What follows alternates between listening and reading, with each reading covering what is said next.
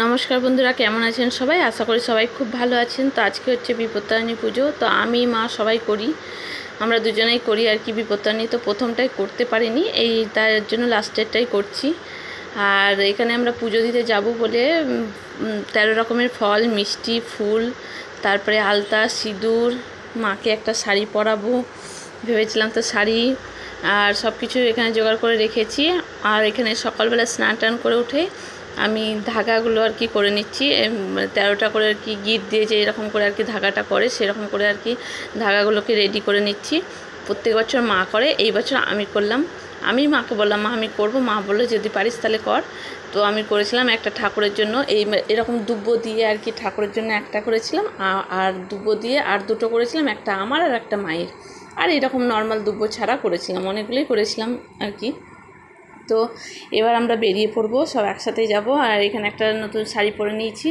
আর আমার পাপাকে দেখুন, ওর স্নান টান করে নিয়েছে। তারপরে আমি বললাম যে তুই খেয়ে নে, তারপরে যাব। তো বললো যে না, তোমরা আসবে তারপরে খাবো। তো না, ও স্নান টান করে না খেয়েই গেছিলো। তো এখানে আমরা বেরিয়ে পড়েছি। আর রোদটাও বেশ ভীষণ ভালোই দিয়েছে, গরমটাও করছে।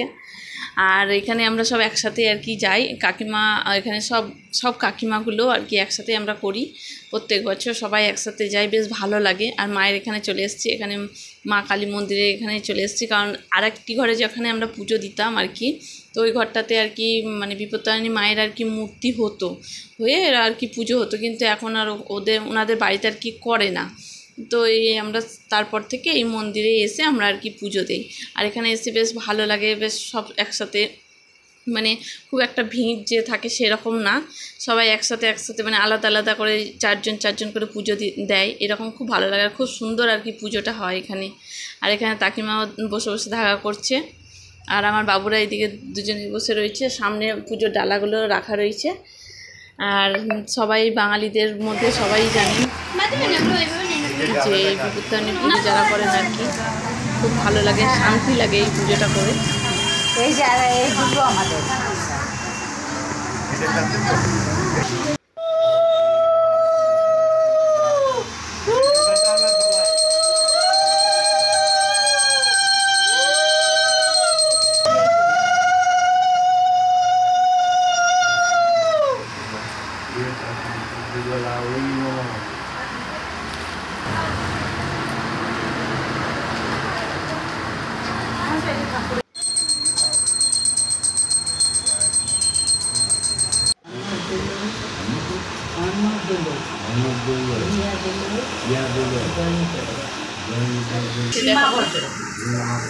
অন্ধকার আসছে।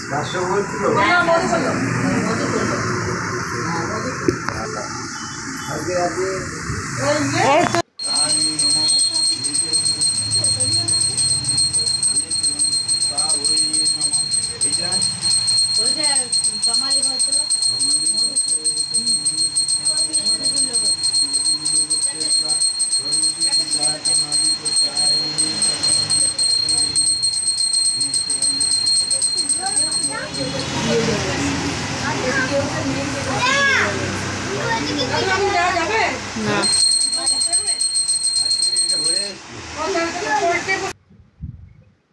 ওইদিকে পুজো হচ্ছে, আর তার মধ্যে আমি আর আমার পাপা একটু ভিডিও করে নিলাম।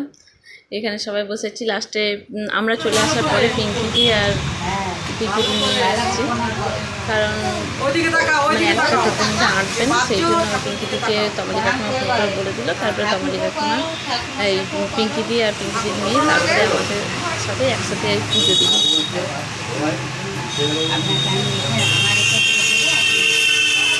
নমস্কার করবে বাবা।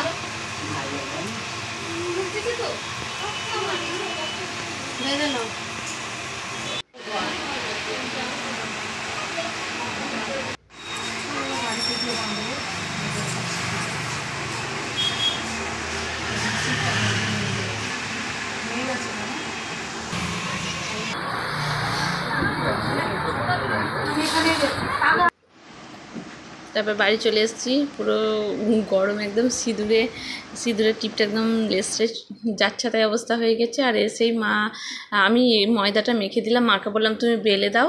আর এদিকে তমালি কাকিমা আসলো, ফলগুলো আর কি সব কাটলো, প্রসাদ দেবো সবাইকে আর কি, সেই জন্য।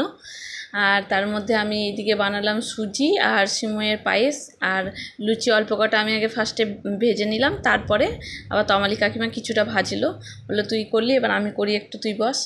তো এখানে সিমইয়ের পায়েসটাও হয়ে গেছে আর এদিকে সুজিটাও হয়ে গেছে। আর মানে 13টা করে আর কি লুচি খেতে হয়। আমি মাকে বললাম, মা বেশি বড় বড় করবে না, ছোটো সাইজেরই লুচিগুলো করো, কারণ খেতে পারো না। 13টা লুচি কি খাওয়া মুখের কথা, অত পারা যায় না। 13টা করে আনছি, ভগবান এত মানসিক কেন সব।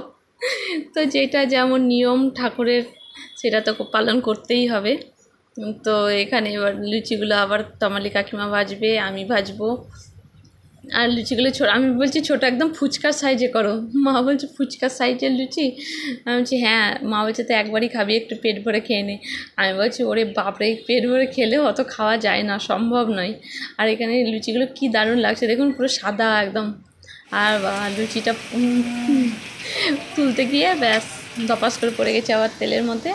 তার মধ্যে আমি ওইগুলো ভাজছিলাম, লুচিগুলো ভাজার পরে তারপরে এবার তমালি কাকিমা লুচিগুলো ভাজতে লাগলো, মা এদিকে প্রসাদ রেডি করে দিল, সবকে লুচি প্রসাদ সব দিয়ে আসা হলো।